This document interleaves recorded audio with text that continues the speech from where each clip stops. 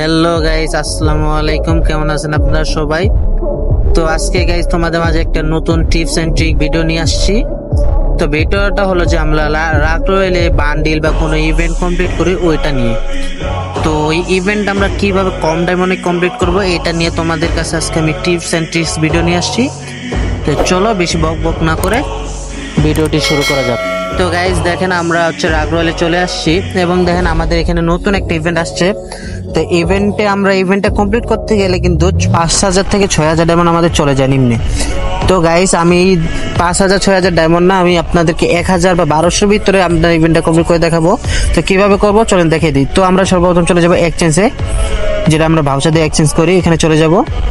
তো এখানে আসার পরে দেখেন আমাদের 50টা ভাউচার দিয়ে কিন্তু যে এখানে স্পেশাল একটা কার্ড কিনা যাচ্ছে, এই কার্ডটা কিনবো। এবং এই কার্ডের কাজকে আপনাদেরকে আমি বলে দিই, voucher to spin in special ring event. তো এটার মানে হলো আমরা এই ভাউচারটা মানে হচ্ছে কার্ডটা দিয়ে যদি ওইখানে একটা স্পেন মারি, মানে ইভেন্টে যদি একটা স্পেন মারি নেওয়ার পরে, তো আমরা এখানে আপনাদের এটা একটা বান্ডিল দিয়ে দেবে আমাদেরকে।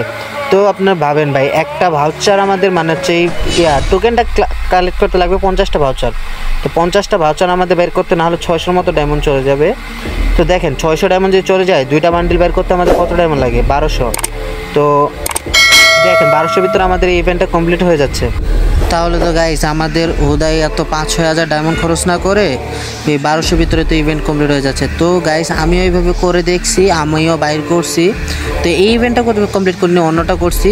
তো আপনারাও করতে পারেন এবং ট্রাই করতে পারেন, এবং অন্য ইউটিউবাররাও করছে। আমি আপনাদের বললাম, আজ ভিডিওটা ভালো লাগে অবশ্যই একটা সাবস্ক্রাইব করে দিবেন এবং ভিডিওটিতে লাইক করে দিবেন। তো টাটা গাইস, আল্লাহ আমার জন্য দোয়া করবেন।